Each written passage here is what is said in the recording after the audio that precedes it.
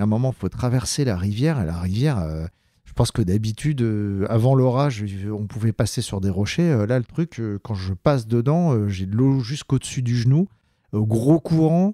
Là, fait ouf, c'est sympa avec les pieds dans l'eau et tout. Je passe de l'autre côté et j'arrive assez vite c'est pas un ravito, il y a un espèce de refuge. Et là, genre, il y avait des coureurs partout éclatés. Il y en avait à l'intérieur du refuge, à l'extérieur. Les mecs essayaient de se changer. Enfin, vraiment l'enfer. Et je vois ce truc-là, j'ai fait ici, ça sent la défaite. Je ne m'arrête pas, je continue. Bonjour à tous, je suis Guillaume Lalu et je suis ravi de vous retrouver dans ce nouvel épisode de Course Épique. Pour commencer, un rapide mais très sincère merci à tous pour votre précieuse fidélité et vos retours enthousiastes sur les derniers épisodes du podcast. Course Épique en 2022, c'est un nouvel épisode chaque mercredi, ça vous le savez, mais c'est également chaque lundi matin un extrait de l'épisode à venir pour bien démarrer la semaine ensemble. Nous avons donc désormais rendez-vous 2 fois par semaine. Si vous avez envie de soutenir Course Épique, les 3 meilleures choses que vous pouvez faire et qui ne vous prendront que quelques secondes. Vous abonner sur les différentes plateformes de streaming, noter et rédiger un avis sur Apple Podcast ou sur Spotify, et enfin, en parler largement autour de vous sur les réseaux sociaux ou dans la vraie vie. Et n'oubliez pas, pour ne rien manquer des coulisses du podcast, rendez-vous sur notre compte Instagram courseepique.podcast. Mon invité du jour, Thomas Lorin, a dû renoncer à ses rêves du TMB après un abandon amer lors de l'édition 2014. Son objectif de reconquête est alors tout trouvé, se lancer dans un format d'ultra plus court, avec toujours cette promesse de vivre 2 nuits dans la nature. Thomas se laisse alors séduire par les promesses du Lavaredo Ultra Trail, une course mythique de 120 km au cœur des Dolomites en Italie. Un ultra qui va le plonger en plein Far West dans des paysages ressemblant à s'y méprendre à ceux du Colorado. Et tout cela au son d'Ennio Morricone, une source de plaisir supplémentaire s'il en fallait pour ce grand passionné de musique qu'est Thomas. Thomas va passer par tous les états pendant cette course, de l'euphorie au plus grand désarroi, et tout ça dans des conditions météo très changeantes. Tout ce qu'on aime dans l'ultra finalement. Mais je ne vous en dis pas plus. Thomas va vous raconter tout ça bien mieux que moi. Bienvenue dans notre nouvel épisode de Course Épique, le nouveau western. Bonjour Thomas, je suis ravi de te recevoir dans ce nouvel épisode de Course Épique. Donc pour dévoiler un peu l'arrière-cuisine, on se connaît à titre personnel. On était d'ailleurs ensemble pas plus tard qu'il y a 3 jours sur les 27 km du Maxi Cross de Bouffémont qui à cette période de l'année ressemble un peu plus aux tranchées de Verdun qu'à un single montagnard verdoyant. J'ai quand même une question qui me brûle les lèvres 62 heures après la course. Est-ce que tu as réussi à enlever toute la terre que tu as sous tes ongles d'orteil ? Non, j'ai encore un peu de terre sur le dernier auriculaire droit. C'est celui où tu as un tout petit ongle et c'est vraiment impossible de passer une lame en dessous. On n'hésitera pas à partager les photos sur le compte Instagram de ton auriculaire. Il n'y a pas de problème. En revanche, je l'ai lavé, donc au niveau de l'odeur, tout va bien. Thomas, avant qu'on évoque plus particulièrement ta pratique sportive, est-ce que tu pourrais te présenter en quelques mots à nos auditeurs ? Qui es-tu ? Eh bien, je m'appelle Thomas Lorin, j'ai 51 ans, je suis directeur d'un label de musique chez Universal, un label qui s'appelle Virgin Records. Je travaille dans la musique depuis 27 ans. Et j'ai une autre passion qui est donc la course à pied, particulièrement en montagne. Je vais en montagne depuis l'âge de mes 4 ans parce que ma famille a un chalet en Haute-Savoie dans un petit bled qui s'appelle le Prali, qui est un petit paradis. Et en fait, depuis que je suis gamin, je vais là-bas faire de la rando et j'ai commencé à courir sur les sentiers, je pense, à l'âge de 7 ans. À cette époque-là, ça s'appelait pas... C'était en 1977, donc ça s'appelait pas du trail running. Mais je pense que c'est là que tout a démarré. Et tu as aussi une femme et des enfants dont on va entendre parler pas mal dans ce récit. Tout à fait. Je suis marié depuis 27 ans aussi, puisque j'ai rencontré ma femme dans la musique au début de ma carrière. Et j'ai 2 enfants, Lucie qui a 22 ans et Victor qui a maintenant 18 ans. Thomas, est-ce que tu pourrais nous parler de tes premiers pas dans le sport quand tu étais enfant puis ado ? Est-ce que tu as baigné dans un environnement familial qui était déjà très enclin à la pratique du sport ou c'est toi qui t'es forgé cette culture-là avec le temps ? Alors c'est paradoxal, j'étais dans le sport par mon père qui faisait beaucoup de ski, de voile, de rando, de vélo, voilà, ce genre de choses. C'était plus du sport loisir pendant les week-ends ou pendant les vacances. En revanche, à l'école, j'étais nul. Je détestais ça, je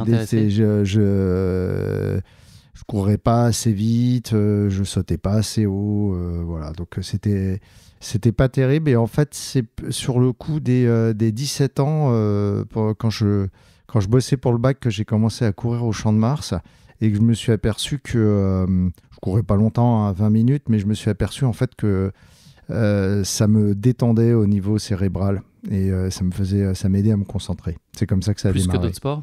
Plus que d'autres sports, tout à fait. Et que c'était surtout extrêmement facile à pratiquer puisqu'il y a juste à mettre des baskets et à sortir. Donc c'est relativement tôt finalement 17 ans parce que la course à pied c'est des choses que souvent on découvre quand on est plus jeune, on a souvent tendance à privilégier des sports co un peu plus ludiques, etc. La course à pied arrive un peu plus tard, toi finalement 17 ans c'est relativement tôt. Tout à fait. Alors les sports co, comme j'étais pas très bon, j'étais rarement choisi dans les équipes, donc c'était assez humiliant. Donc c'est vrai que je me suis retrouvé, j'étais plutôt sur des sports solo. Vraiment le sport où j'étais bon, c'était le ski. Que j'ai démarré très jeune et pour le bac effectivement ce qui m'a aidé à avoir mon bac de sport c'était l'endurance, les tours de stade Suffren et ça fonctionnait pas mal. Des premiers indices déjà. Est-ce que tu peux nous parler de la première course à laquelle tu as participé? Qu'est-ce qui t'a décidé à un moment à franchir le pas? Comment est-ce que ça s'est présenté à toi? Puis quel âge t'avais à l'époque? Bonne question, je crois que j'avais 26 ou 27 ans. Et c'était avec un pote qui est le mari de la meilleure amie de ma femme et qui courait le Paris-Versailles tous les ans. Et donc, je le voyais faire ça. Et donc, il y a une année où il m'a proposé de prendre un dossard avec lui. Et j'ai adoré. Qu'est-ce qu'il y avait de différent? Qu'est-ce que ça a changé? C'était le petit stress du départ, le côté festif de la course, évidemment la fameuse côte des Gardes où on se demande comment on va faire pour arriver jusqu'en haut, le passage en forêt, l'arche d'arrivée qu'on voit au loin où on n'en peut plus, jamais, mais voilà, on n'en peut plus, mais en fait on est en train de pousser, voilà, toutes ces sensations. Et une satisfaction incroyable à l'arrivée de l'effort accompli. Donc la course à peine terminée, tu t'es dit qu'elle en appellerait forcément beaucoup d'autres? C'est exactement ce qui s'est passé. Et donc j'ai commencé à courir comme ça le week-end. Au départ, je courais qu'une fois par semaine, le dimanche. Et il y a quelque chose de très cérébral. Ça me rappelle le bac en fait.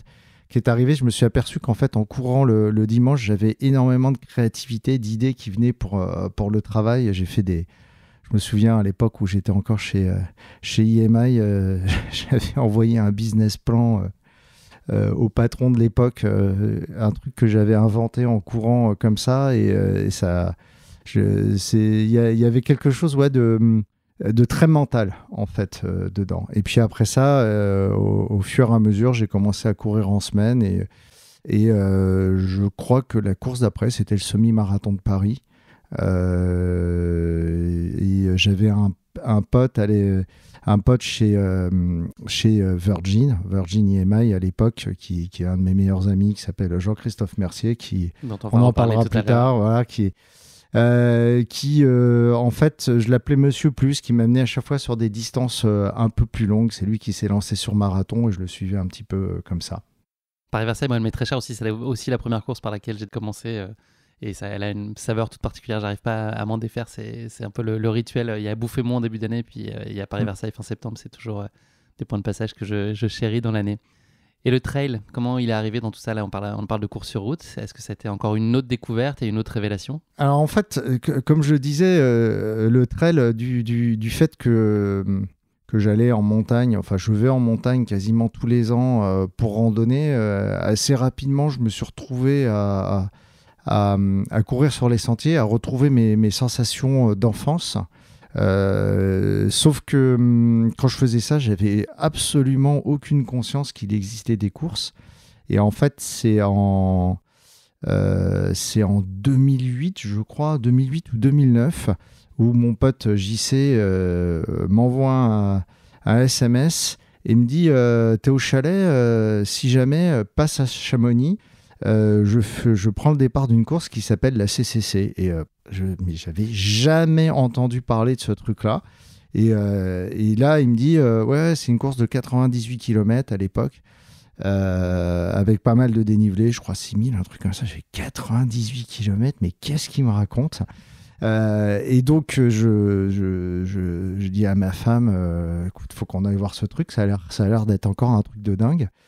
Et on se pointe là-bas, et là, je me souviendrai ça de toute ma vie. On arrive en fait le vendredi soir, qui est donc le soir du départ de l'UTMB, et je tombe sur la place du Triangle de l'Amitié, sur ce panneau où il y a la carte des courses, et je vois la CCC, l'UTMB, et la petite trotte à Léon, la fameuse course de 300 bornes. Et là, mais je vois ce truc de 300 km, je sais plus, 30 000 ou 25 000 de dénivelé. Et je me dis, mais qu'est-ce que c'est que ce truc? Et je me souviens, il y avait une petite dame à côté de moi qui disait à son mari, Roger, mais Roger, c'est pas en voiture qu'ils font ça, c'est à pied, c'est incroyable.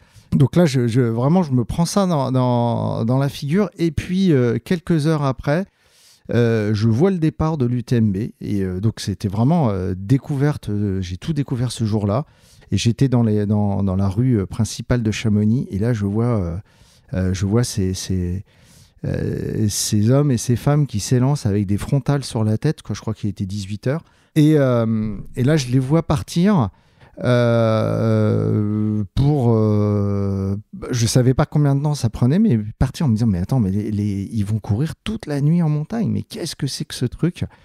Et j'ai vu cette espèce de ferveur type Tour de France au départ, et que les mecs partaient en mode aventure dans la montagne, et c'est comme la première fois que j'ai entendu un morceau de punk rock. Ça m'a fait la même sensation. J'ai fait, mais ça, c'est mon truc, c'est pour moi, ce truc-là. Et voilà. Et là, j'ai cliqué. Et le lendemain matin, j'ai vu mon copain JC qui finissait la CCC à la Flégère. Je l'ai vu arriver, je crois qu'il avait 90 bandes dans les pattes. Ça fait 24 heures qu'il courait. Il avait une banane pas possible. Il y avait le soleil derrière, c'était magnifique. Et là, je l'ai regardé, je lui ai dit, bon... avec moi la prochaine fois. Voilà, exactement. C'est des choses qui évoluent dans le temps, mais est-ce que tu as aujourd'hui un format de course de prédilection? Est-ce que justement ça a évolué au fil des années? Tu as progressivement allongé les distances? Dans quoi tu te retrouves le plus aujourd'hui? Aujourd'hui, c'est un petit peu particulier parce que mon boulot a énormément évolué ces 5 dernières années, et que je pense que pour tous les auditeurs qui écoutent cette course, évidemment, le plus gros problème, c'est de trouver du temps pour s'entraîner, pour évidemment aussi prioriser quand on a une famille, pouvoir passer du temps en famille, et le boulot. Et moi, mon boulot, c'est un boulot passion qui y a pas de... Il y a pas vraiment d'horaire, c'est un truc, on le vit du matin jusqu'au soir, la nuit aussi, avec les concerts. Donc c'est assez compliqué de mettre un plan d'entraînement là-dedans. Donc là, en ce moment, je suis plutôt sur des formats... je fais un format de 40 km par an. Après, à l'époque où vraiment, donc c'était encore il y a 4 ans à peu près, quand j'étais vraiment sur l'ultra, les formats qui me réussissaient le plus, c'est 80 km. Aujourd'hui, donc tes critères pour choisir les courses, hormis si on oublie, ça fait partie prenante du quotidien et de la vie, mais c'est quoi les critères déterminants pour toi, plus peut-être en termes de localisation, en termes d'expérience? Qu'est-ce que tu vas aller chercher sur ces formats, donc on l'a compris, qui sont un peu plus courts aujourd'hui qu'ils ne l'ont été? Qu'est-ce qui va te dire, ça, il faut absolument que j'y sois et je passerai pas à côté cette année, s'il n'y en a qu'une que je dois faire? Très sincèrement, ça commence avant tout par une histoire de planning où je vois si je suis en forme et que je vois qu'à peu près j'ai 1 mois et demi, 2 mois où je vais pas avoir une activité professionnelle avec trop de concerts ou de choses comme ça. Je cherche à ce moment-là des courses dans ce temps, enfin dans cette périodicité. Et ensuite, évidemment, je regarde du côté de la montagne, quoi, pour l'évasion, parce que même sur une course d'une quarantaine de kilomètres que je boucle à peu près en 6 heures, ces 6 heures, c'est des vacances en fait. Ça vaut un week-end allongé. C'est 6 heures où je vais complètement déconnecter, et la déconnexion passe évidemment dans des paysages un peu épiques, et la montagne, pour ça, c'est quand même ce qu'il y a de mieux. Petit Fast and Curious improvisé, là, t'es Alpes ou Pyrénées? Alpes. J'ai jamais fait les Pyrénées, ça a l'air magnifique, mais bon, du fait qu'on on a quand même cette racine savoyarde. T'as pas l'autorisation. Voilà, voilà, c'est ça. Tu vas te faire déshériter. Thomas, est-ce que tu peux nous dire si ces projets de course, justement, tu les envisages idéalement de façon collective? Est-ce que là, on a parlé de JC, qui est un de tes copains avec lequel tu as fait le Lavaredo. Est-ce que c'est un prérequis pour toi systématiquement d'envisager ça comme un projet à plusieurs, ou tu vis très bien aussi l'idée de vivre ça pour toi? Les deux. J'adore retrouver des potes sur les courses. Et puis, j'y sais maintenant qu'habite à Lyon, ça nous permet de nous retrouver et de se faire un bon dîner et de faire un point sur la vie, de manière générale. Sur Paris, comme on en parlait là, sur le Maxi-Cross, là, cette année, il y avait moins de monde, mais c'est pas mal de se retrouver à plusieurs. C'est marrant, quoi. C'est un bon moment. Après, il y a aussi des moments où je peux très bien prendre des départs tout seul et pour un plaisir solitaire. C'est le moment où il faut se regarder un peu dans le miroir et s'auto-apprécier. Qu'est-ce que tu penses être tes points forts et tes points d'amélioration d'un point de vue donc sportif, mais voilà, à la fois physique et mental? Qu'est-ce que tu penses que tu fais plutôt mieux que la moyenne, et puis les choses sur lesquelles c'est un peu plus compliqué, où tu as peut-être moins de talent inné? Si on parle d'un point de faible direct, c'est évidemment ça, c'est l'ADN, c'est la VO2. Je suis pas un coureur rapide, c'est comme ça. Donc j'ai pas mal bossé avec des fractionnés tout au long de ces années. Ça m'a permis à un moment de compenser et d'avoir un niveau qui était plutôt correct, notamment pour pas être trop à l'arrache sur les barrières horaires en dehors de l'UTMB. Voilà. Après, pour les points forts, je dirais, c'est le mental, où je ne lâche rien. L'endurance, je suis vraiment bon dans les efforts de longue durée, mais c'est pas juste, ça rejoint le mental, c'est pas juste dans l'effort, c'est dans la vie en général. J'aime les histoires longues, j'aime les choses qui durent longtemps, les projets à long terme. Voilà, c'est vraiment ce point fort. Et puis la régularité. Je fais du sport à minimum 4 fois par semaine. J'ai réussi aussi à mettre pas mal de renforcements, accepter de moins courir pour mieux courir, pour éviter de me blesser. Voilà. Donc je pense que je me connais assez bien d'un point de vue corporel, ce qui me permet d'allier une vie professionnelle trépidante, de pouvoir prendre des courses pour me faire plaisir et de ne pas me blesser. Tu nous as donné des éléments de réponse au fil de ce que tu nous as raconté précédemment, mais quel est l'accomplissement que tu trouves aujourd'hui dans la course à pied? La question très classique, mais pourquoi tu cours? Il y a cette idée de nouvel espace, d'évasion, de créativité, des choses sur lesquelles ça t'ouvre, mais qu'est-ce que ça t'apporte d'autre? C'est avant tout un moment pour moi. C'est le moment où je me retrouve. Là, par exemple, ce matin, je suis allé faire mon footing avant de démarrer la journée. C'est un moment où je peux faire le point. C'est un moment où, effectivement, je peux penser à ma journée. C'est un moment où je peux évacuer des problèmes. Ça peut être aussi un moment où je ne pense à rien. C'est un peu ce rituel où le téléphone portable est éteint, il reste à la maison, il peut se passer n'importe quoi. Ce moment, il est pour moi, et ça n'a pas de prix, en fait. C'est vraiment une histoire de recentrage, je dirais. La musique, elle est par nature, tu as expliqué, c'est une passion très présente dans ta vie professionnelle, mais avant tout personnelle. Et quelle place elle trouve justement dans des moments comme cela d'entraînement ou de course? Est-ce qu'elle est systématiquement là? Est-ce qu'elle est là dans les coups de moins bien? Comment est-ce que tu vis ton rapport à la musique dans l'effort? Alors, dans l'entraînement, elle n'est pas du tout là. Le matin, comme j'en écoute quand même pas mal par mon boulot, donc j'en écoute pas du tout le matin. En revanche, quand je fais des sorties longues, j'aime bien en avoir, donc plutôt le week-end. J'ai même un petit rituel avec les artistes avec lesquels je travaille. Je vais régulièrement tester des albums dans les buts de Chaumont.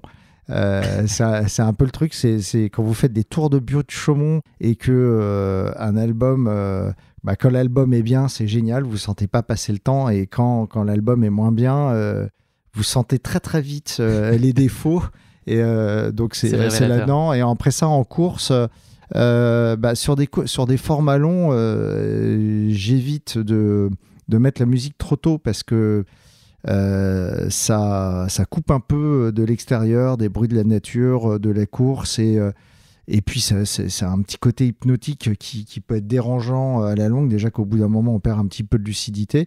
En revanche, c'est un booster extraordinaire lorsqu'effectivement on a un coup de moins bien, que que la lassitude arrive, ça permet vraiment d'être un dérivatif extraordinaire pour le cerveau quand la fameuse phrase « qu'est-ce que je fous là ?» commence à résonner. C'est vraiment le meilleur truc. Et puis c'est aussi, c'est un petit peu comme une bande originale d'un film. Ça peut sublimer des paysages. Et ce qui a été particulièrement le cas, je pense, pendant le Lavaredo. Tout à fait.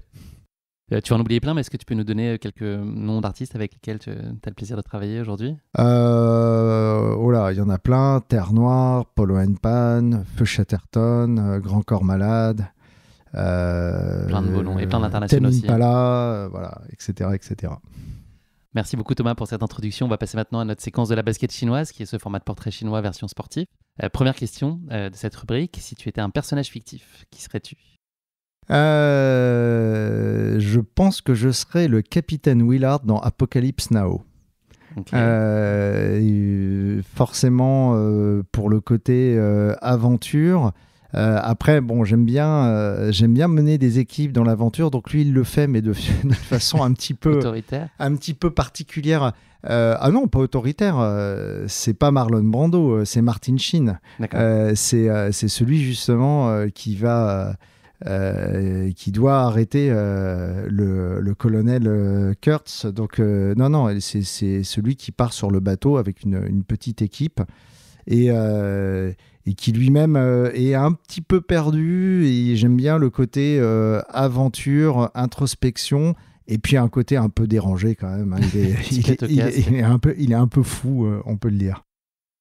Un animal, lequel serait-il ? Le loup. Bon, pour le côté transhumance, mais aussi évidemment parce que c'est un animal qui vit en clan, mais également qui peut se retrouver à vivre de façon solitaire. Et ça, c'est vraiment moi. Ouais. Est-ce qu'il y a un sportif ou une sportive, toute génération confondue et toute discipline confondue, qui a une influence particulière sur toi ou que tu admires ? Mike Horn. C'est un grand classique, mais dans le sport, je suis plus sur le défi, le challenge et surtout le voyage, plus que la performance. Et l'aventure avant tout. Et évidemment, Mike Horn, pour ça, c'est... T'as lu ses bouquins aussi ? J'en ai lu quelques-uns, oui. Les expéditions polaires. Exactement. Ouais. Merci beaucoup Thomas de t'être frotté à cet exercice de la basket chinoise. On va se plonger désormais dans ta course épique, le Lavaredo. Donc je vais en planter le décor en quelques mots. Tu as pris part donc à l'édition 2015. Cette course elle est reconnue comme étant l'une des plus belles épreuves au monde en plein cœur du massif des Dolomites en Italie. Le Lavaredo Ultra Trail prend son départ chaque année depuis 2007 à la fin du mois de juin de la très renommée station alpine de Cortina d'Ampezzo qui a par ailleurs été le cadre des JO d'hiver de 1956. D'ailleurs je ne sais pas si tu sais mais initialement ça devait être en 1944. Et malheureusement le monde avait un peu d'autres choses à régler en 1944 donc les Jeux Olympiques ont été décalés de 12 ans à cette occasion. D'ailleurs j'ai lu que la France n'avait eu aucune médaille à cette occasion-là. Alors que nous, on vient d'en avoir une ce matin en snowboard. Je ne sais pas si tu as vu, médaille d'argent. Je l'ai raté, celle-là. Ouais. J'ai suivi les deux jours précédents, mais celle-là, je l'ai ratée. La nouvelle breloque. Cette grande fête du trail, elle fait désormais partie du circuit UTMB World Series. Elle propose 4 distances qui vont de 20 à 120 km, et notamment donc sa course phare à laquelle tu as pris part, le Lavaredo Ultra Trail, qui affiche une distance de 120 km pour un peu moins de 6000 mètres de dénivelé positif, 5800 pour être précis, 5850 même, je crois. Au total, il y a près de 5000 coureurs de 65 nationalités différentes qui sont alignés sur les différentes courses de ce Lavaredo, dont environ 1300, plus particulièrement sur ce format Ultra Trail. Obtenir son dossard pour cette course, ça relève aussi un peu de l'exploit, puisque ces milliers de dossards trouvent preneur en seulement quelques heures. Donc je pense que toi, tu as dû avoir le clic rapide pour réussir à avoir ton dossard sur Lavaredo. Peut-être qu'en 2015, c'était un tout petit peu moins prisé que ça l'est aujourd'hui. Voilà, exactement. Il y avait Internet en 2015, oui. Il y avait Donc voilà, les coureurs s'élancent dans ce cadre idyllique, ça tu vas beaucoup nous le dire, stimulé au son de The Ecstasy of Gold, qu'on donnera le titre en italien tout à l'heure, qui est l'un des thèmes les plus connus d'Ennio Morricone, que nos auditeurs ont forcément entendu dans le film Le Bon, la Brute et le Truand, si vous êtes fan de western. Et voilà, et la course qui attend ensuite les coureurs, elle est visiblement aussi éblouissante par sa beauté et sa réputation qu'elle est également terrible et exigeante par sa difficulté. Les coureurs devant réussir à boucler la course en moins de 30 heures. Donc voilà, c'est la barrière horaire dont il faut réussir à s'extraire. Et puis au palmarès récent de la course figure la formidable Camille Bruyas, qui a été victorieuse de la dernière édition en 2021, donc chez les femmes, en 14 heures et 6 minutes, ce qui est quand même un chrono très très impressionnant. Voilà en quelques mots ce qu'il faut avoir en tête donc, sur la course épique qui va nous intéresser aujourd'hui. Mais avant ça, c'est le moment un peu clé de l'épisode, c'est le moment de la question qui pique. Donc voilà, c'est une question gentiment piège que je pose à mon invité, donc je vais te cuisiner un petit peu, mais c'est en toute bienveillance, ne t'inquiète pas. Il était évidemment impensable de ne pas parler de musique dans cette question qui pique au regard de ta passion avérée pour le sujet, qui est une passion que je partage évidemment avec toi, puisque j'ai longtemps travaillé dans la musique et c'est un sujet qui m'est encore très cher aujourd'hui. Et puis il aurait été évidemment encore plus impensable de ne pas évoquer Ennio Morricone, qui, comme je l'ai dit précédemment, marque de son empreinte la course avec la diffusion de son thème Le Bon, la Brute et le Truand sur la ligne de départ. Alors, mauvaise nouvelle pour toi, je te propose d'essuyer les plâtres avec un format que j'ai jamais expérimenté jusqu'ici dans la question qui pique. Donc, je suis d'une créativité, pour ne pas dire d'une cruauté sans limite. Et malheureusement, ça tombe sur toi avec cette question qui pique qui va prendre le format d'un chercher l'intrus. Okay, donc, je vais te donner une liste de mots qui sont en lien avec Ennio Morricone. Il va falloir que tu me dises quel est l'intrus qui s'est glissé dans cette liste. C'est parti. Donc, il était une fois dans l'Ouest. Le thème officiel de la Coupe du Monde de foot 78, Les Incorruptibles, La Cage aux Folles et Le Parrain. Il y a un intrus parmi ces 5. J'imagine que tu vois le point commun entre tous, entre 4 des 5, c'est des œuvres qu'il a assignées. Mais il y en a une qui n'est pas de lui, je te redis. Il était une fois dans l'Ouest, le thème officiel de la Coupe du Monde 78, Les Incorruptibles, La Cage aux Folles et Le Parrain. J'aurais tendance à dire La Cage aux Folles, mais ça paraît trop simple.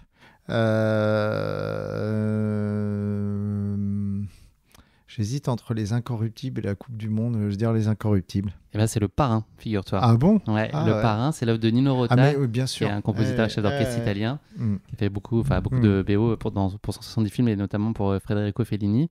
Il fait aussi des symphonies, des opéras, des concertos et de la musique de chambre. Et parmi ses œuvres, les plus célèbres, il y a donc Le Parrain 1 et 2, des films qui ont été réalisés par le génie Francis Ford Coppola. J'espère que tu es moins en colère que Don Corleone dans Le Parrain et que je ne vais pas subir de douloureuses représailles suite à cette question qui pique. Elle n'était pas très facile, mais bon, j'étais contente de tester un petit chercher l'intrus. Puis j'ai appris des choses quand même, on n'a pas parlé, mais il a effectivement fait la musique de La Cage aux Folles 1 et La Cage aux Folles 2 aussi. Assez étonnant. Et la Coupe du Monde, c'est aussi relativement étonnant, surtout qu'elle n'était même pas en Italie, c'était en Argentine à l'époque. Allez, place maintenant à ta course épique, ce Lavaredo Ultra Trail 2015. Je te propose avant ça de rembobiner un tout petit peu dans le temps, puisque cette histoire du Lavaredo, elle trouve aussi un petit peu sa source du côté de Chamonix en 2014. Et voilà, est-ce que tu peux nous parler de ce cheminement qui t'a mené à un moment à te dire, la course qu'il me faut maintenant, là, c'est le Lavaredo? En 2014, c'est le moment où je prends la direction d'un... J'ouvre en fait un label chez Universal qui s'appelle Caroline et ça s'est vraiment fait de façon très rapide. Et au même moment... j'avais les points pour aller sur l'UTMB, donc je m'étais mis sur le tirage au sort en me disant de toute façon je serai jamais tiré au sort avec mon pote JC, et évidemment on a été tiré au sort. Pas de bol. Voilà, donc quand on est tiré au sort à l'UTMB, je pense que tout le monde sait, on y va. Donc il a fallu mener l'entraînement toute l'année et donc l'ouverture de ce label. Et alors la cerise sur le gâteau, c'est que le séminaire commercial avec Universal avait lieu le même jour, ou plutôt la veille du départ. Donc pour ceux qui imaginent ce que c'est qu'un séminaire commercial, c'est pas hyper compatible comme si on essaie. Il y a beaucoup de San Pellegrino, tout ça. Voilà, et puis surtout quand on sait que quand on part sur l'UTMB pour des coureurs comme moi, c'est plus de 2 nuits dehors sans dormir.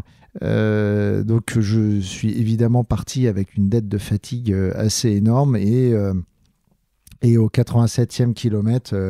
Le mental a lâché, j'ai appelé ma femme en lui demandant de trouver toutes les excuses, la barrière horaire, etc., etc. Le fait que c'était compliqué de revenir d'Arnouva pour abandonner en fait ce que j'ai fait. Et le lendemain de cet abandon, je pense que beaucoup de monde va se reconnaître là-dedans. Je crois que c'est la seule fois... non, j'avais abandonné sur une première course au tout début du trail où je n'avais pas compris comment ça marchait. Mais là, c'est vraiment la première fois que j'ai abandonné sur une course comme ça. Et le lendemain, j'en ai pleuré en fait en me disant mais c'est pas possible d'abandonner sur une course où c'est extrêmement compliqué de prendre le départ. Tu t'es entraîné toute l'année. À la limite, tu te fais arrêter à une barrière horaire. Là, j'étais pas blessé, tout allait bien en fait, si ce n'est qu'effectivement, j'avais les cerfils aux fesses après Courmayeur. Et donc, rage absolue, je me suis dit, je vais revenir, je vais retourner sur le TMB, je vais m'entraîner et il faut que je trouve le format d'une course où je passe 2 nuits dehors. Et évidemment, le format royal pour ça, c'est le Lavaredo, puisque le départ du Lavaredo est à 23h. Et que vu que 30 heures de course Pour moi, c'était assez évident que j'allais être dans ces eaux-là. Je n'allais pas faire la course en 20 heures ou moins. Donc, c'est comme ça que j'ai décidé de partir sur cette course. Et en plus, il y avait évidemment les magnifiques images de... je me souviens d'un reportage sur Sébastien Chéniaud qui a été, si je ne dis pas de bêtises, au début des années 2010, qui a fait cette course et qui racontait dans Endurance Trail Magazine comment ça s'était passé, et les photos m'ont subjugué. Donc la course, elle revêtait une dimension vraiment mythique. Enfin, elle avait une saveur Tout à particulière. fait, Au-delà de chercher un format qui était compatible avec le défi que tu voulais affronter, c'était aussi un lieu qui avait un sur les photos que je voyais de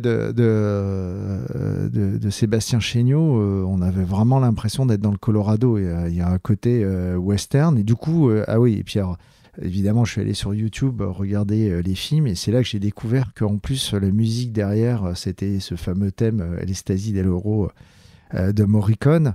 Et je me disais, il faut que je vive ce moment en écoutant ce morceau dans des paysages comme ça. Un peu de Vangelis, un peu d'Ennio Morricone, on alterne les plaisirs. Voilà, exactement. Donc c'était la première fois que tu t'essayais à un format qui excédait les 100 km, tu avais flirté avec la CCC, donc c'était une première, c'était une source d'appréhension pour toi de tester ce format un peu plus long? De toute façon, quand on est un coureur parisien, amateur, pas très rapide, et puis même, je pense même pour la plupart des coureurs, quand tu prends le départ d'un format pareil, tu as forcément de l'appréhension. Je veux dire, c'est long, il peut se passer tellement de choses. Même quand on est préparé, on ne sait pas. D'ailleurs, c'est ce qui fait tout le piment de ces courses. La glorieuse incertitude de l'ultra. Exactement. Est-ce que tu as le souvenir, parce qu'on remonte un peu le temps, mais d'avoir mis en place une préparation spécifique pour le Lavaredo? Est-ce que tu peux nous en donner un peu les grandes lignes? Je pense que tu avais émaillé ça d'un certain nombre de courses aussi qui s'étaient plutôt bien passées. Tout les à fait. Trail, le semi, tout ça. Pour le coup, c'était prépa nickel. Effectivement, j'avais commencé par l'Ecotrail 80 km avec la fameuse arrivée au premier étage de la Tour Eiffel qui était en mars. Ensuite, des petits trails de 30 bornes. J'ai fait ensuite le format de la XL Race à Annecy, qui est donc le Tour du Lac en 2 jours sur 2 formats marathon avec 2005 de dénivelé chaque jour. Ça, c'est génial comme format. Je te le conseille, c'est génial parce que les barrières sont assez larges et tu as le temps de profiter. Et alors, en termes d'entraînement, c'est une grosse rando course. Ça te fait une caisse pas possible. Et ensuite, je suis allé au chalet tout seul. Je crois que c'était 3 semaines avant le Lavaredo. Et là, je me suis mis 6000 de dénive en 3 jours. J'ai cassé de la fibre à gogo et vraiment, quand je suis arrivé sur le Lavaredo, j'avais fait pas mal de fractionnés en côte au but de Chaumont, de choses comme ça. J'étais hyper bien. Est-ce que tu peux nous parler justement de la façon dont tu gères ces phases de prépa? Est-ce que c'est très contraignant pour toi de rentrer dans ces schémas-là, ou est-ce que tu es par nature assez studieux et discipliné, tu es guidé par l'objectif final et finalement tu subis de bon cœur ce qu'impose comme discipline ces phases de préparation? C'est plutôt ça, c'est vraiment c'est plutôt un moment de plaisir, c'est un peu ce que je racontais, un plaisir personnel le matin en allant me pousser. Après, forcément, ça dépend de ce qui s'est passé la veille, hein. C'est toujours la même histoire. Mais t'as pas de moment de ras-de-bol quand ça fait déjà plusieurs semaines que tu es au taquet sur le programme? Non, ça j'ai jamais eu de coup de boost comme ça. Après, le truc, c'est que j'ai toujours alterné des périodes de prépa et des périodes où je fais du sport juste pour faire du sport. Est-ce que tu peux nous parler du casting qui est prévu avec toi sur cette course, que ce soit en termes de partenaires de dossard et puis dans ton entourage et l'assistance? Qui va t'accompagner? Alors, évidemment, dans ce casting, le point important, c'est ma famille. Alors, ma fille ne pouvait pas nous rejoindre à ce moment-là. Je crois elle finissait, elle était encore à l'école ou quelque chose comme ça. Elle nous rejoignait quelques jours après. Il y avait mon fils qui était en vacances et bien entendu ma femme qui allait faire l'assistance et qui avait comme mission, lorsque je l'appellerai... si jamais je l'appelais en chouinant, de me mettre un coup de pied au cul. Voilà. Ça l'a marqué l'UTMB aussi, je digresse un peu, mais ça a été aussi, elle t'a vu souffrir de cette décision et de ça. Est-ce qu'elle... Oui, après c'est hyper compliqué. Je pense qu'on est à l'extérieur et qu'on voit, j'imagine en plus je veux dire, son conjoint partir sur des formats pareils. Je pense que pour des gens qui ne courent pas, il y a un truc qui est quand même assez, assez lunaire et incompréhensible. Donc pourquoi tant de douleur? Non, en revanche, ouais, sur la déception, elle sait que j'aime aller au bout des choses. Donc, je crois qu'elle a endossé son rôle de coach, entre guillemets, sur cette course avec plaisir. Puis c'est vraiment un moment, c'est une aventure qu'on a partagée en famille et avec ton fils aussi, ouais. Exactement, avec un souvenir qui est marqué à vie. Et puis, il y a mon pote JC aussi qui nous a rejoint. On avait un petit appartement dans un chalet avec une vue magnifique au-dessus de Cortina. Il nous a rejoints et c'était un vrai bonheur de prendre le départ avec lui. L'objectif sur cette course-là, il est simple, c'est finir. C'est le seul Exactement, objectif. C'est le seul. Enfin, profiter et finir. C'est ça. Est-ce que tu es confiant sur tes chances d'y arriver? Qu'est-ce que tu te dis T'as fait ce qu'il fallait en tout cas. Oui, franchement, je crois que c'est la course où j'ai pris le départ en me disant on ne sait jamais sur un ultra, comme je le disais avant, ce qui va arriver, mais c'est la course où j'ai eu la meilleure prépa. Donc oui, je me suis donné tous les moyens pour réussir. Et il y avait une surpression peut-être à l'idée que ça remarche pas, ou est-ce que c'est un truc qui t'a pas du tout occupé l'esprit, enfin que t'as pas envisagé? Non, pas du tout. C'était vraiment... en plus, on est arrivé, je crois, 2 jours avant, ouais, c'est ça, l'avant-veille. Et je veux dire, Cortina, c'est tellement beau. Et puis, il y a toute cette atmosphère italienne qui est assez rigolote. J'étais plutôt dans le plaisir. Voilà. On le sait, c'est difficile, ça n'a pas vraiment de sens de parler de stratégie nécessairement sur des formats aussi longs et imprévisibles que ceux de l'Ultra Trail. Il y a quand même 2-3 points sur lesquels peut-être tu apportes une attention particulière, notamment les débuts de course qui sont en général assez compliqués pour toi et sur lequel l'allumage est parfois un peu difficile.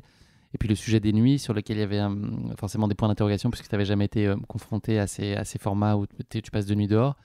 Comment tu avais imaginé gérer, je pense à ces 2 moments-là en particulier, mais est-ce que tu avais globalement ta course, tu t'es dit que tu allais y aller tranquillement et puis la nuit, pas dormir, essayer de gagner, enfin de ne pas perdre de temps en tout cas la nuit, je ne sais pas si perdre du temps, mais en tout cas pas te reposer forcément? Alors, en fait, comme je l'expliquais, comme je ne suis pas un coureur rapide et que je sais que de toute façon sur l'ultra, on va avoir des coups de moins bien et je joue la montre dans le sens où vraiment je prends mon temps, au début je pense pas du tout aux barrières, je fais ma course, quoi. C'est vraiment, je pars et je sais que de toute façon au départ, comme je suis un peu psycho, je vais me taper des stress, ça va pas aller bien, donc je fais le dos rond comme on dit et j'essaie d'avancer de la façon la plus régulière possible en faisant extrêmement attention à l'hydratation et l'alimentation. Ça, c'est un point, j'en parlais pas, c'est un point fort que j'ai. C'est que j'ai la capacité de pouvoir avaler beaucoup de choses pendant très longtemps. Et ça, c'est évidemment un point fort. Voilà, se concentrer là-dessus. Après, sur les nuits, honnêtement, je savais pas trop comment gérer le truc parce que j'avais tellement ce flip de me retrouver bloqué par les barrières horaires que je me disais, bon, si j'ai le temps, j'essaierai de dormir, mais on verra bien ce qui se passe. Qu'est-ce que tu t'attends à vivre avec ce Lavaredo? Ah bah quelque chose d'épique. Là, on est dans course épique, genre des hauts, des bas, des paysages de dingue, de l'évasion, du voyage. C'est le type de format où ça peut paraître paradoxal parce qu'évidemment c'est un gros effort. On puise vraiment dans les ressources, mais mentalement, une course comme moi, ça équivaut à 15 jours de vacances. C'est vraiment un truc où on sort complètement de son quotidien et on revient à des choses extrêmement primaires qui sont avancer, manger, être en pleine nature. Donc c'est assez difficile à expliquer quand on l'a pas vécu, mais c'est vraiment un reset mental. Vraiment, on en ressort, en tout cas moi je ressors à chaque fois avec une énergie complètement dingue mentalement, quelles que soient les difficultés que tu as rencontrées. Tout à la limite, fait. ça magnifie même ce reboot et ce reset. Exactement. Est-ce que tu peux nous parler de la soirée, de la nuit qui précède le départ? T'es comment dans ces moments-là, quand c'est des grands rendez-vous en tout cas? Est-ce qu'il y a une pression particulière où toi t'es un peu anxieux, ou est-ce que tu vis tout ça de façon assez détachée et sereine? Catastrophe. Généralement, c'est sur ça me rappelle la veille de l'UTMB où j'ai pas fermé l'œil. Je suis un psycho à bloc, je sais pas pourquoi. C'est un espèce de mélange d'appréhension, d'excitation. J'ai vraiment du mal à dormir. Et là, sur le Lavaredo, j'ai dormi comme un sonneur. Je pense que, je sais pas, tout était aligné. J'ai super bien dormi. Je crois que j'ai été confiant. Le fait d'être en Italie avec ma petite famille, dans ces paysages magnifiques. Il y avait tout. Ouais, il y avait tout. Ça y est, nous sommes le 26 juin 2015. On est à quelques minutes du départ de ce Lavaredo qui est prévu donc à 23h, tu nous l'as dit. T'es fan de musique, ça on l'a compris, donc t'es venu aussi pour vivre ce moment au son de The Ecstasy of Gold, ou en italien dans le texte, l'Ecstasy dello Oro. Comment est-ce que tu vis ce moment sur la ligne de départ? Est-ce que c'est à la hauteur de ce que tu imaginais? Qu'est-ce que tu ressens au contact de ton pote JC avec qui tu es, avec le public qui est là sur la ligne de départ, le décor qui s'offre à toi? Comment tu vis ces instants-là? C'était un moment de bonheur absolu. En plus, on part sous le beffroi de la ville. Donc, comme souvent en Italie, l'architecture est magnifique.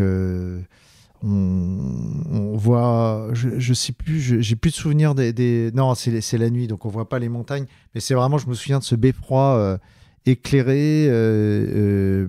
Ce truc que j'avais vu sur la première fois que j'avais vu un départ de l'UTMB où il y a évidemment cette file, cette allée de public qui vous porte, et puis tous les gens qui sont autour de tous les concurrents autour de soi qui sont à bloc, où tout le monde sait qu'on est parti pour une grosse aventure. Mon pote, évidemment, mon pote JC, avec qui on va vivre ce moment-là. Et puis, c'est vrai que la musique, c'était incroyable, quoi. La musique de Ennio Morricone sur un départ de course, c'est la classe suprême, hein. Il y a vraiment... j'avais l'impression, quand j'ai passé l'arche de départ, j'avais l'impression d'être sur un cheval. C'est la petite pause Evelyne Delia du podcast. La météo, ça dit quoi? Est-ce que vous avez attendez à avoir à peu près une trentaine d'heures assez clémentes, ou c'est très incertain, ou tu n'as peut-être pas regardé spécifiquement? Je crois que c'est marrant, je n'ai pas un souvenir particulier d'avoir checké la météo. Je crois que ça avait l'air plutôt clément au départ. Ils annonçaient des orages le soir, plutôt sur le deuxième soir, sur la deuxième nuit, mais c'était pas... comme souvent en montagne, c'était pas très précis. En tout cas, ce qui était sûr, c'est que la première nuit allait être clémente. Il faisait hyper doux comme nous sommes partis. Donc, pas de problème particulier de ce côté-là. Et toi, tu es bien équipé? Tu as aussi des scénarios A, scénario B selon la météo? Enfin, vous avez de toute façon, il y a le matos obligatoire. Hein, donc, on est prêt à tout subir. À juste titre, on va l'entendre un peu plus tard. Le départ est donné, donc ça y est. Est-ce que tu peux nous parler donc de cette première nuit, puisqu'on l'a dit, le départ est donné à 23h, et notamment de ces 30 premiers kilomètres qui sont habituellement une période dans laquelle qui est un peu exploratoire et sur laquelle tu te mets tranquillement en route, et puis tu as des sensations un peu même étonnantes dès les premiers kilomètres. Comment est-ce que tu vis ces 30 premiers kilomètres et donc ces 5 premières heures de course? Alors déjà, ça commence par une longue montée le long d'une route, enfin sur les lacets d'une route avant de rentrer dans la forêt. Et là, je suis avec mon pote JC qui pétait le feu. Je crois qu'il sortait une connerie à la seconde. Donc, c'était grosse rigolade pendant cette montée. Et puis, dès qu'on s'est retrouvé à dérouler sur un chemin de montagne plutôt plat, comme d'hab, lui m'a lâché. Moi, j'avais des jambes... J'avais l'impression d'avoir du plomb dans les chaussures, j'avançais pas, j'ai commencé à avoir des douleurs abdominales, la catastrophe, quoi. Mais comme je vis ça à peu près sur tous les ultras que j'ai fait, je sais pas pourquoi, le début ça se passe pas bien, je pense que c'est la tête, je somatise. Je suis resté très philosophe en me disant, bon, l'essentiel c'est de boire, manger, on avance... Il y a un moment où ça ira mieux, et puis ça n'a pas loupé. Alors, j'ai pas de souvenir très précis de cette première partie de course. Il faut savoir que ça se passe beaucoup dans la forêt. Et puis, comme c'est de nuit, on ne voit pas les montagnes. Donc il y a un petit côté monotone, je dirais, hein, vraiment sur la première partie de la course. C'est très roulant, faut pas mal relancer, faut pas mal courir. Donc moi, j'étais vraiment concentré là-dessus. Il y a un premier ravito qui passe où je recroise JC, on repart ensemble, on fait le yo-yo. Et voilà, ça a duré à peu près, je ne sais plus combien de temps j'ai mis pour faire ces 30 bornes, probablement autour de 6 heures, 5-6 heures.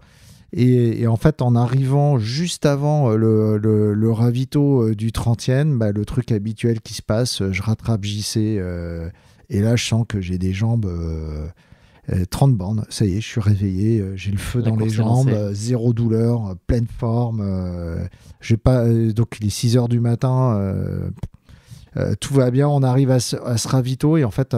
le temps de se ravitailler et de sortir et tout, lever de soleil, et là, un paysage, mais un machin, oh là là. Rien que d'y penser, j'en ai la chair de poule. C'est ça, le Colorado, quoi. Des montagnes rouges magnifiques au-dessus des sapins. Et là, je repars. Ça avançait tout seul. C'était incroyable. L'état de grâce. L'état de grâce. Des animaux aussi autour de toi. Enfin, c'est ça.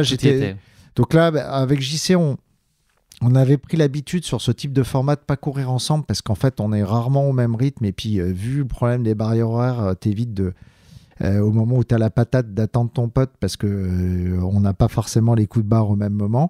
Donc là, j'avais pris de l'avance. J'étais avec un petit groupe de coureurs italiens. Et il y a ce passage avec un cerf et sa famille qui traversent la route.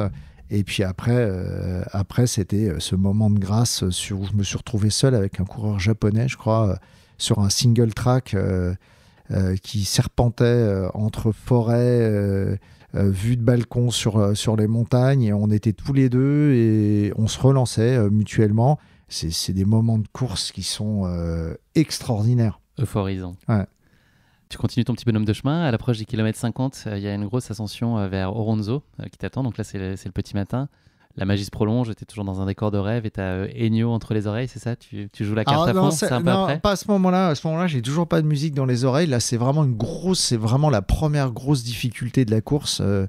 Je crois que c'est une montée à 1000 de dénive, un truc comme ça. Et effectivement, le paysage, plus on avance, plus le paysage devient dingue. Et quand on arrive au refuge, il fait plutôt doux, donc ça me permet de me changer. Là, je suis surpris parce que il n'y a plus beaucoup de sacs. Il n'y a plus beaucoup de sacs. Je vois pas celui de JC notamment, donc je me dis tiens, c'est bizarre. J'avais l'impression qu'il était derrière moi. En fait, il a dû me repasser. Bon, bah voilà. Et puis, donc je me change, alimentation nickel. Et là, il y a ce passage de course qui arrive à un endroit qui s'appelle Trecime Lavaredo, où il y a ces 3 tours de granit qui apparaissent. En fait, on tourne autour. C'est un chemin assez roulant. Et là, effectivement, je me mets Morricone dans les oreilles. Et là, je vis mon moment où voilà, je suis dans les 7 mercenaires en train de cavaler dans la pampa et c'est... peut rien t'arriver. C'est extraordinaire. Tu repars ensuite, donc après cette pause ravito et à la base vie, donc on a parlé des sacs, là tu comprends que tu es quand même plutôt en fin de peloton, il reste à peu près une 50aine de sacs là sur les 1300. Ce qui t'attend derrière, c'est une grosse descente qui n'est pas forcément évidente et là tu commences à un peu souffrir pour la première fois des cuisses et du tendon d'Achille qui sont un petit peu en feu, mais bon, tu t'en sors plutôt bien jusqu'à arriver à un passage sur une piste cyclable en terre battue qui est pas forcément le passage que tu chérais le plus de la course. Ah, c'est même pire que ça, c'est une piste cyclable en béton. Ils vous font courir, je crois que si je me souviens bien, il y a 5 bandes de bitume ou un truc comme ça. Une horreur, en faux plat montant. Donc c'est un truc qui prend des plombes.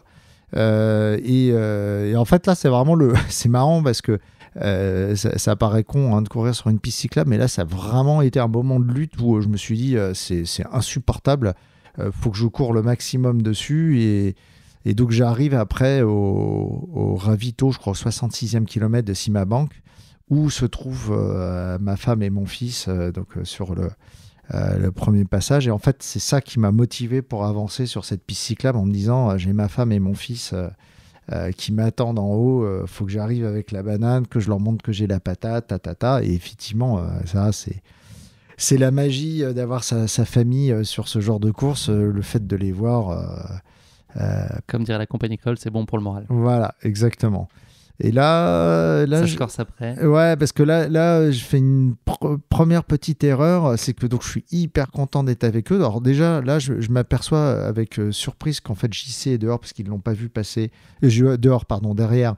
Ils l'ont pas vu passer. Donc là, je me dis tiens, ok, bon, mais j'étais plutôt pas mal. J'avais 1 heure sur la barrière et je me suis offert une demi-heure de tchatch, où j'étais bien, je discute avec eux, mais je pense à ma pote Leslie, si jamais elle m'écoute là, qui t'a raconté son UTMB, c'était son truc. Moi, je la rendais dingue quand je racontais mes courses entre les photos que je fais, le mec qui se fait un coup de Club Med sur les ravitaux, qui s'arrête une demi-heure, mais ça rend fou. J'ai vraiment fait ça. Et surtout, j'ai pas dormi. Là, parce que je crois qu'il était à peu près 14 heures. Donc, je suis reparti derrière. Ça commence par un faux plat descendant le long de la route et après ça attaque sur une montée qui n'est pas si grosse que ça, enfin à 400 mètres de dénivelé pour arriver sur un énième col dont je me souviens plus le nom. Et là j'ai pris mais très très cher. Là d'un coup, alors que tout allait bien, là c'est ça, là, pas de moteur, plus rien, quoi. Les jambes qui avancent plus, des papillons dans les yeux, vraiment, mais pas bien du tout. Le truc où je me suis dit, quel con, j'aurais dû dormir au ravito. Il y avait une petite pelouse, j'étais bien. Il y avait ma famille et tout. Et là, j'appelle ma femme et je lui dis, écoute, ça va pas du tout. Faut que je dorme. Donc, je vais dormir dans la montagne, là, au niveau du col. Rappelle-moi dans un quart d'heure. Là, faut vraiment... Et là, elle avait gros veto. Elle avait bien retenu la leçon, fait mais t'es con ou quoi? Tu vas pas t'arrêter en pleine montagne comme ça, t'es même pas sûr d'entendre ton téléphone si je te rappelle, donc là tu te bouges et tu me rejoins au ravito d'après, qui est Malgar, ouais, ça. 80. Et au 80e kilomètre, et puis là si tu veux, tu dormiras, mais là pour le moment tu te bouges, donc ok. Vu comment je l'avais briefé, oui chef. Apocalypse Now, c'était elle qui voilà, donnait les c'est ordres. ça. Donc là, je continue. Et là, effectivement, c'est vrai que c'est le grand classique de l'ultra.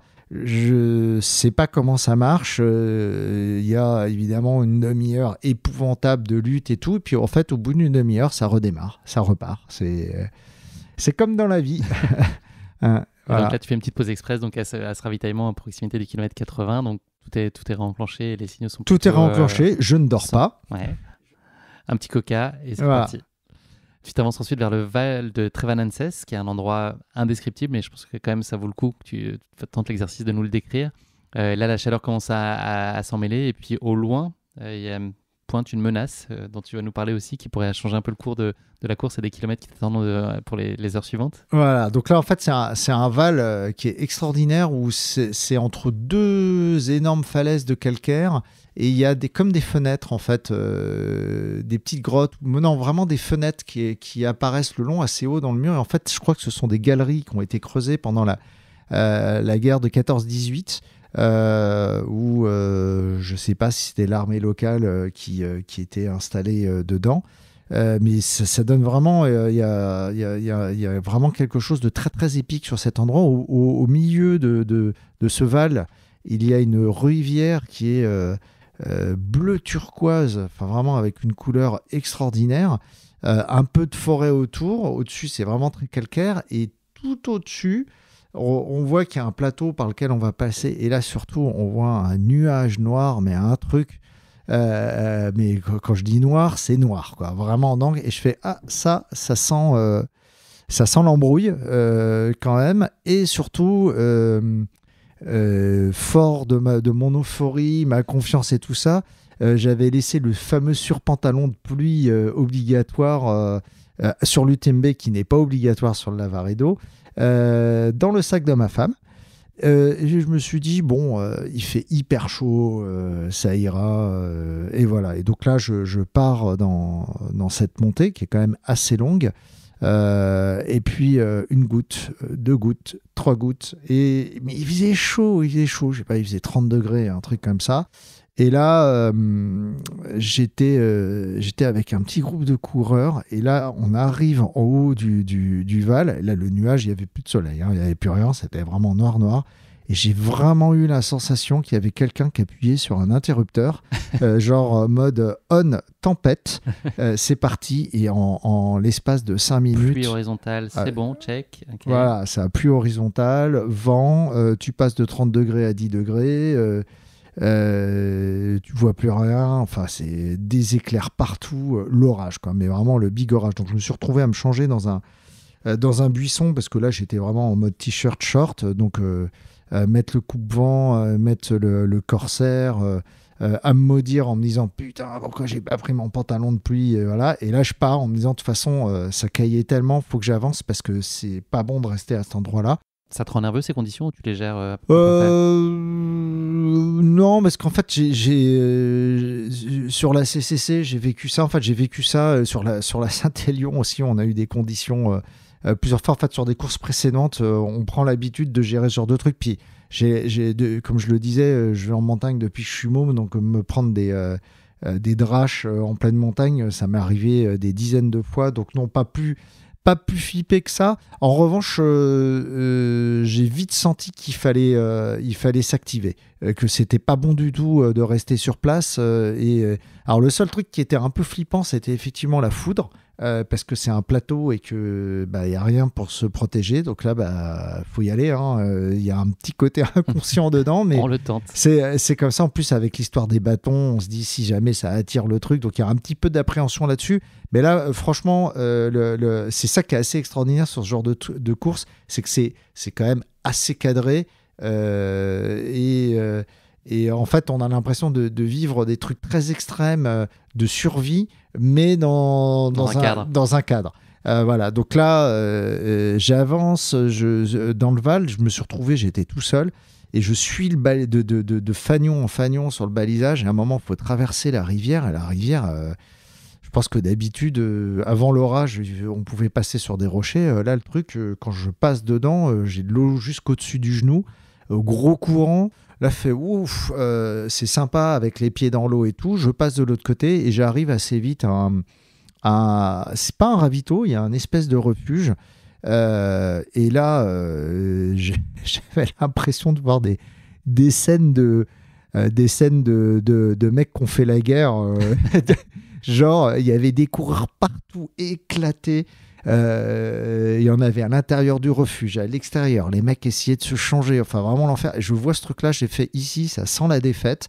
Je ne m'arrête pas. Ouais. Je continue. Et les bâtons, comme dirait Leslie, gauche, droite, gauche, droite, gauche, droite. On débranche le cerveau, on monte. Et là, j'arrive au col... Je sais plus le nom de ce col. C'est vraiment le col qui est tout en haut à 2500 mètres avant la bascule à la prochaine barrière horaire.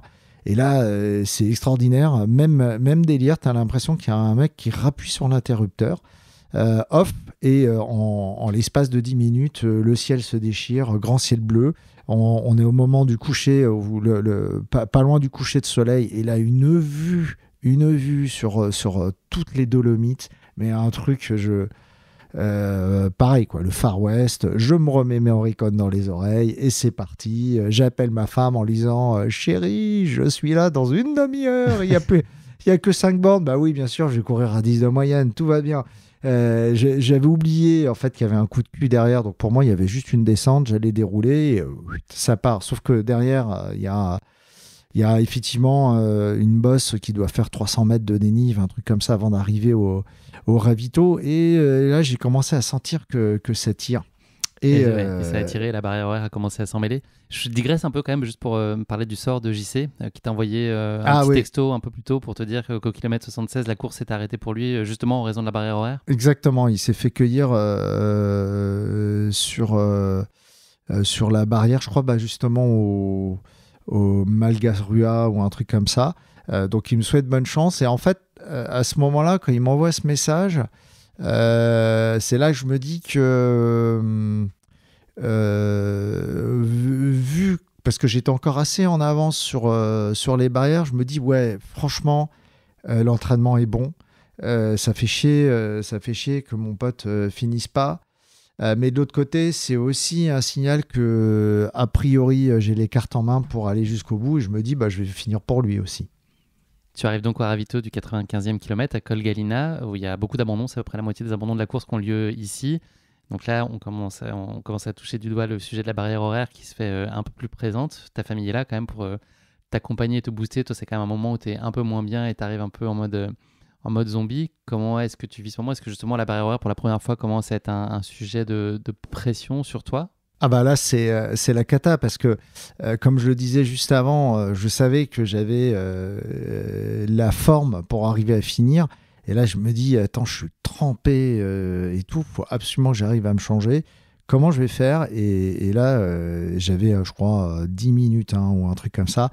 Et c'est vraiment ma femme qui m'a sauvé la course. Ou comme j'aime à penser, j'étais un petit peu comme une 4L sur un stand de Formule 1 où pendant que je mangeais, elle me changeait mes pompes, me sortait la tenue de nuit, les manches longues, tout. Et en fait, pétante sur la barrière, je crois qu'elle était à 21h30. Allez, vas-y, c'est parti, go. Et je me suis retrouvé à enchaîner. Le dernier coureur debout, tu étais le dernier à c'est partir. Exactement, j'ai été le dernier à partir de ce ravito. Donc ça fait une sensation un peu bizarre. Mais j'ai toujours confiant à ce moment-là, en me disant, bon allez, vas-y, tu t'accroches. Ça va le faire. Ça y est, la fameuse deuxième nuit sans sommeil arrive. C'est parti. Et en fait, assez rapidement, je rattrape du monde. Du monde avec qui, honnêtement, tu sens que tu vérifies quand même que les gens vont bien, mais tu sens qu'il vaut mieux pas trop traîner avec parce que tu sens que c'est quand même très compliqué pour tout le monde. Il y avait un pauvre gars qui avait un problème d'alimentation, donc qui était malade. Donc je lui dis ça va aller, oui, ça va aller. Bon, non, ça allait pas du tout, mais bon, bref, le truc habituel, je savais que les serre-files allaient arriver.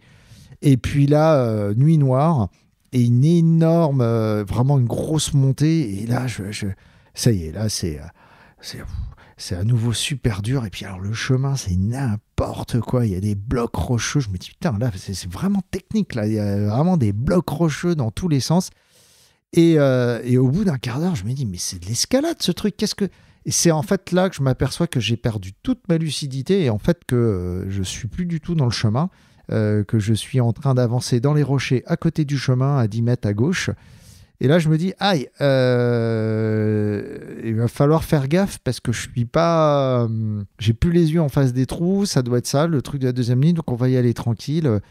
Et donc je continue à monter. Et la montée, franchement, cauchemar. Le truc, plus j'avançais, plus c'était dur. J'ai commencé à avoir des problèmes d'alimentation, ce qui est un grand classique. Au bout d'un moment, j'arrive plus à digérer, donc j'ai mal au cœur. J'arrive donc au refuge en haut avec des nausées. Et là, bam, ça repart. Alors, mais en fait, c'est n'importe quoi. Je suis pas fait pour faire des courses comme ça. Non, mais Thomas, faut revenir à la réalité. T'es pas fait pour ces formats-là. Faut que t'arrêtes, quoi. Donc je me dis, ouais, mais bon, en même temps, je me suis dit que j'abandonnerai jamais. Ça serait une barrière. Là, il n'y a pas de barrière. On verra la prochaine. Donc j'arrive en haut. Pardon, je t'interromps. Il y a une phrase que je trouve intéressante dans le compte rendu de ta course. Tu dis la barrière horaire, c'est une manière honorable d'éviter l'abandon. C'est un peu ça. T'es un Tout peu dans à fait. ce chemin, C'est exactement ça. Donc les mecs des secours en haut me filent un thé. Ils me disent, mais tu veux t'arrêter là? Non, je veux pas m'arrêter là. Je continue, je redescends et je me retrouve en fait sur un passage où, pour le coup, parce que la course n'est pas très technique, globalement, c'est plutôt roulant. Mais là, il y a ce passage à flanc de montagne où c'est un single track avec vraiment un ravin sur la droite. Et là, je me dis, bon, concentré là-dessus parce que c'est pas le moment de déraper. On est en pleine nuit, je suis plus complètement lucide. Et là, je tombe sur un coureur italien où lui, pour le coup, était obsédé par la barrière et pour passer.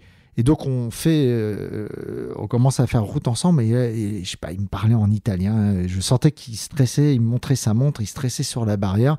Et évidemment, je ne pouvais pas lui dire non, mais tu sais, mon gars, moi, la barrière, ça va me permettre de m'arrêter, ça fera 100 bornes, ça sera très bien. Et puis, bon an, mal an, on arrive sur une espèce de crête juste avant le ravito du 100e kilomètre. Et là, on est dans le brouillard. Et je me dis, bon, bah tranquille, je vais m'arrêter là. Je savais qu'en plus, il y avait ma femme et mon fils. Et en fait, sortant du brouillard, je vois une petite silhouette arriver. Mon fils qui avait 9 ans. Non, il n'avait pas 9 ans, il avait 12 ans, je crois. 12 ans, ouais, tout à fait. Il y avait 12 ans à cette époque-là. Qui arrive et qui fait papa, c'est bon, tu vas arriver à passer. Faut que tu y ailles et tout. Alors je fais ouais, non, mais non, Victor, tu vois bien, je suis trop juste et tout. Et donc il me pousse et j'arrive au ravito. Et là, le mec de l'orga, le bénévole, me bip avec sa raquette. Bip! Il fait c'est bon, vous pouvez continuer. Je dis comment ça, je suis pas arrêté là. Enfin, oh, la barrière c'est dans 5 minutes, c'est bon, elle est avant le ravito, tu peux manger un morceau et tu peux y aller. Et c'était la dernière barrière horaire. Et c'était la dernière barrière horaire. Donc là, un peu comme un con, genre ah merde. Faut que j'y retourne.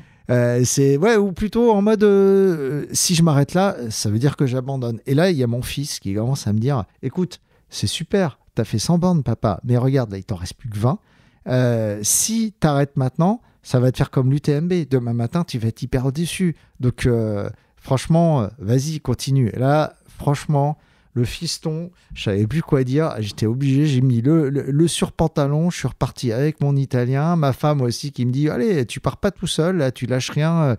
C'est parti. Puis, je suis reparti à bloc, en fait. Et là, en fait, l'italien, je pense qu'il était un peu au bout de sa vie. Il était plus lucide. Je sais pas, il bloquait sur sa montre et j'avançais plus avec lui. Et donc ça m'embêtait de le laisser parce qu'on était quand même en nuit noire à plus de 2000 d'altitude. Et en fait, j'ai vu que les lumières des serre-files qui arrivaient. Donc je me suis dit, ok, si je le laisse dans 5 minutes, il aura les serre-files avec lui. Donc pas de danger. Et je me suis dit, en revanche, moi j'aimerais bien faire la course. Si je finis la course, j'aimerais bien la faire sans avoir les serre-files aux fesses. Donc j'avance. Et là, miracle de l'ultra, la montée du col d'après, je l'ai bouffé. Mais bouffé. Et c'est là où on se dit, le corps a des ressources infinies. Le truc... c'est parti. Le seul truc où j'ai senti que j'étais pas complètement lucide, c'est que j'ai commencé à entendre des cloches de vaches. Sans vache. Et là, je me suis dit, ok, il y a un truc qui est en train de se passer dans ma tête. Ça doit être le manque de sommeil, mais je commence à entendre des trucs. Mais ça s'appelle comme moi, ça s'appelle l'alu. Voilà, c'est ça. Ouais. Voilà. Et donc, on arrive sur ce plateau. Et là, j'ai recommencé à redoubler des gens. Donc, un nouveau bon moment d'euphorie. Donc la roue semble tourner et la redescente s'annonce bien plus favorable, bien qu'elle soit encore un petit peu hallucinogène et que tu sois encore confronté à des visions assez particulières. Le soleil se pointe. Est-ce que pour toi, ça y est, on y est? Il te reste à peu près 2h15 pour boucler les 9 derniers kilomètres sur un terrain qui est malgré tout pas si gagné que ça, qui reste relativement technique. Est-ce que tu te dis que c'est fait? Comment tu appréhendes ces derniers moments? Alors en fait, là le soleil se pointe pas du tout. On est encore en pleine nuit et sur le dernier ravito, les bénévoles me disent attention, ça devient technique. Alors c'est ça qui est complètement dingue sur cette course. Et comme je le disais auparavant, c'est plutôt roulant. Sauf cette dernière descente où là, c'est vraiment en bord de falaise. Il y a de la caillasse à tout va. Il faut être assez vigilant. Et en fait, donc je suis effectivement... je sens que ça y est, c'est la dernière descente, c'est sûr, je vais finir. Mais assez rapidement, j'ai le cerveau qui part en toupie parce qu'en fait, avec la lumière de la frontale, je commence à vraiment voir des trucs. Je vois des animaux en fait qui traversent devant moi, des chiens ou des choses comme ça, parce qu'en fait, c'est les ombres des buissons qui se reflètent. Les rubalises de la course, je vois des extincteurs dans les arbres. Les rochers sont des voitures. Enfin. C'est vraiment un trip hallucinogène, un petit peu c'est à la fois marrant mais c'est un petit peu inquiétant. On sent que là on a vraiment été au bout de soi. Bon voilà, je descends dans la forêt et puis il y a cette sortie de forêt juste au-dessus de Cortina et là on voit la chaîne de montagne en face avec l'aube qui arrive pour le coup et c'est rougeoyant et c'est vraiment cet instant de satisfaction de quête, d'efforts accomplis et évidemment les jambes qui reviennent. On finit la course tranquille, un petit 10 de moyenne sur le bitume, comme si tout allait bien en mode footing du matin. Et le passage de la ligne où je pense qu'il y a à cette heure-là, je sais pas, il est 4h30 du mat ou 5h30 du mat. Il n'y a personne en fait. Il est 4h43 pour être précis. Ah d'accord, ok, magnifique. Il y a... Ce qui veut dire que tu as mis 29h43 pour préciser, ça veut dire que voilà, tu as mis 29h43 versus Voilà. les 30 heures que tu avais en tête. Ouais, donc c'était vraiment juste. Hein. Et là, oui, l'arrivée, les quelques bénévoles qui sont là, et ouais, un bonheur indescriptible que tous les ultra-trailers qui ont fini un ultra connaissent. C'est la première fois que tu ressentais ça aussi intensément ? Non, j'avais ressenti la même chose en finissant la CCC. Même truc. Mais là, il y avait... C'est sûr que le paysage, tout transportait... le fait aussi que la course a vraiment failli se terminer avec l'histoire de la barrière où je suis passé juste au col Galina. Ouais, vraiment une sensation d'accomplissement unique. A posteriori, qu'est-ce qui t'a paru le plus difficile à gérer sur cette course ? C'est clairement la deuxième nuit. Là, c'est là où je m'étais... Tu la voulais, tu l'as eu.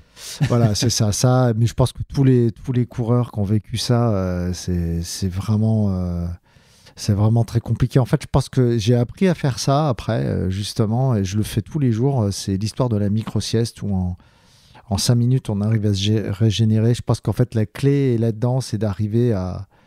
C'est pas facile, hein, parce qu'il faut le faire en pleine montagne, mais c'est d'arriver en fait à se poser et à se laisser aller. Et je pense que c'est cérébral en fait, arriver à déconnecter le cerveau pour récupérer de la lucidité. Quels ont été selon toi les facteurs de ta réussite sur ce projet ? Qu'est-ce qui a fait que tu as pu aller au bout ? Bon, la prépa déjà qui était bonne, et puis mon assistance, hein, j'aurais pas eu ma femme et mon fils, je finissais pas, c'est certain. Ils ont eu les bons mots. Exactement. Est-ce que ce Lavaredo, il a été à la hauteur de ce que tu imaginais, de ce que tu rêvais de vivre ? Est-ce qu'il a été même au-delà de ça ? Ouais, ça a été clairement ma meilleure course. Enfin, c'est celle dont je garde le souvenir en termes de paysage, d'effort, d'accomplissement. C'est ce que j'ai vécu de mieux. Est-ce qu'elle a, d'une certaine façon, lissé un peu la déception de l'UTMB, ou c'est vraiment deux sujets que tu cloisonnes, ou quand même, il y a eu, je sais pas, c'est de la revanche, mais en tout cas de te prouver que tu pouvais encaisser. Alors c'est marrant parce que justement, je la voyais comme une course préparatoire de l'UTMB 2017. Et en fait, après l'avoir vécu, je l'ai vraiment vécu comme une course à part entière et un moment unique et un point d'orgue. Qu'est-ce que cette course, elle t'a appris sur toi ?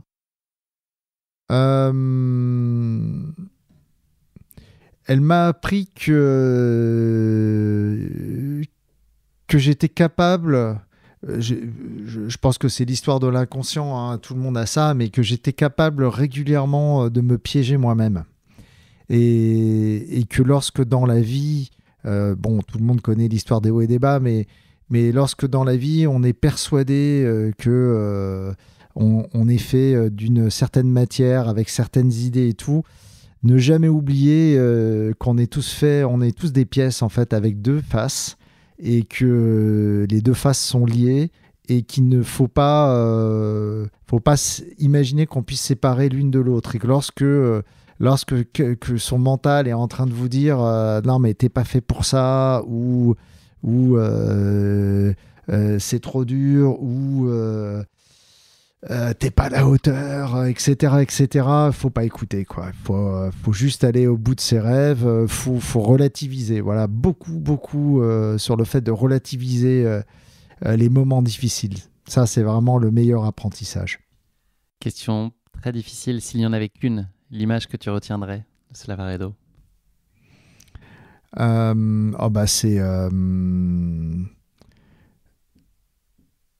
Ah oui, c'est vrai. En fait, c'est difficile, ouais, effectivement. Parce qu'il y a le paysage, il y a le moment où il y a ton fils qui vient à ta rencontre, où la course, elle prend un nouveau élan aussi. C'est pour ça, je pense que je prendrais vraiment le moment avec mon fils qui me fait redémarrer. On va conclure cette partie propre à la course avec un petit repassage musical. Tu avais une petite botte secrète d'un groupe australien pour te remonter le moral. Est-ce que tu peux juste nous dire quel morceau et quel groupe? Tame Impala, effectivement 2015, on venait d'ailleurs juste avant que Non, l'album n'était pas encore sorti, hein, c'était juste le single Let It Happen. C'est un groupe néo-psychédélique qui vient du rock psychédélique, mais là qui avait mis pas mal de musique électronique dans ce morceau. Et bon, pour tous les coureurs, c'est un morceau qui fait 7 minutes. J'ai fait l'arrivée à la Tour Eiffel après les 80 bandes de l'Écotrel avec. C'est un morceau qui fait voler. Voilà, c'est vraiment un morceau d'euphorie, un morceau qui vous fait décoller au sens propre. Merci beaucoup d'avoir partagé ce récit avec nous, Thomas. On va parler un petit peu d'avenir maintenant. Est-ce que ton calendrier 2022 est déjà un peu précisé? Est-ce que tu as déjà un ou deux rendez-vous incontournables ou c'est encore un peu trop tôt? Alors, en rendez-vous incontournable, j'ai le Hollywood Bowl de Polo & Pan à Los Angeles au mois d'août. Tu auras des bons ravitaux, je pense. Voilà, c'est ça.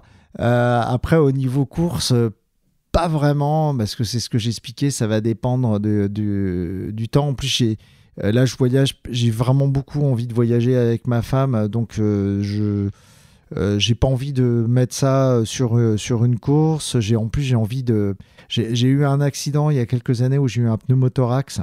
Je viens de découvrir qu'a priori, je pouvais reprendre la plongée sous-marine, que lorsqu'on a eu un pneumothorax traumatique, en fait, c'était possible de replonger derrière. Donc, j'ai envie de refaire de la plongée sous-marine. Donc, pas vraiment d'objectif. Après, j'ai le Montreux Trail qui me fait de l'œil, j'avoue. Fin juillet, je sais pas si pour les auditeurs qui n'ont jamais été à Montreux, je conseille ça à tout le monde. C'est un endroit extraordinaire avec le lac, avec ces montagnes noires du Valais. Non, d'ailleurs, c'est pas le Valais, c'est le côté français qui plonge dans le lac. C'est absolument magnifique. Et tout le Valais, en revanche, dans lequel se déroule la course, c'est vraiment superbe. Donc, je me projette bien dessus. Si j'arrive à m'entraîner et que ça tombe bien dans les vacances, pourquoi pas. À plus long terme, est-ce qu'il y a un défi ou une course que tu rêves d'accomplir et que tu n'aurais pas réalisé jusqu'à maintenant? Est-ce que tu as un Graal absolu? Non, le défi, le seul truc qui m'importe, c'est de pouvoir continuer à profiter de cette richesse, de ce sport qu'on a la chance de vivre et de courir le plus vieux possible. J'ai un oncle suisse qui est un petit peu mon mentor, qui a 99 ans cette année. Il a arrêté de skier, je crois, à 90 ans ou 80 ou 93 ans, 90 ou 93 ans. Il a arrêté de faire du vélo à ce moment-là. Il continue à 99 ans à se baigner tous les jours d'été dans le Léman. C'est un peu ça, en fait, mon Graal. C'est de pouvoir continuer à profiter de mon corps jusqu'à la fin de ma vie. Je te propose de conclure cet épisode, non pas avec le mot de la fin, mais avec le motto de la fin. Est-ce que tu aurais une citation ou une devise qui t'est particulièrement chère et que tu aurais envie de partager avec nous? J'ai une devise qui date des années 90, qui était sur le t-shirt d'un groupe qui s'appelait Smashing Pumpkins, qui est altitude, not attitude, et qui me suit depuis que j'ai découvert cette devise. Et j'aime bien le sens, savoir prendre de l'altitude et ne pas poser les vraies choses, quoi. Toujours de prendre de la hauteur. Quel grand groupe, au demeurant, que j'ai réécouté pas plus tard qu'hier, figure-toi. C'est malheureusement déjà la fin de cet épisode. Thomas, merci de nous avoir emmenés avec toi au cœur des Dolomites pour cette course qui, à t'entendre, est aussi éblouissante pour les yeux et donc désormais les oreilles, qu'elle est exigeante pour les jambes. Bravo à toi d'avoir réussi à aller au bout de toi-même en dépit des difficultés que tu as rencontrées sur ton parcours, et elles étaient nombreuses, et d'avoir triomphé de la barrière horaire pour aller au terme de cette course qui avait une signification très particulière pour toi. Merci encore pour nos échanges et ton captivant témoignage. Mes bagages sont prêts pour les Dolomites en juin prochain. Là, je pense que ça donne envie, et j'imagine que nos éditeurs aussi sont pas restés insensibles au charme de ce Lavaredo. Je te souhaite beaucoup de bonheur et beaucoup de réussite pour la suite de tes aventures sportives et plus personnelles. Voilà, j'espère que tu pourras aussi te baigner à 90 ans en maillot de bain dans le lac. Et puis, je te donne rendez-vous au pire du pire dans 51 semaines dans les tranchées du Maxi Cross de Bouffémont pour l'édition 2023. Volontiers. Merci beaucoup Guillaume pour ce moment et puis merci beaucoup pour ce podcast. C'est vraiment très agréable à écouter. Merci Thomas, à très bientôt. À bientôt, ciao. Merci à tous de nous avoir suivis, j'espère que cet épisode vous a plu. Pour ne manquer aucun épisode, n'oubliez pas de vous abonner sur les différentes plateformes de streaming. Et si le cœur vous en dit, n'hésitez pas à mettre le maximum d'étoiles sur iTunes ou sur Spotify, cela aidera Course Épique à se faire connaître plus largement encore. Merci et à très bientôt pour notre prochain épisode de Course Épique.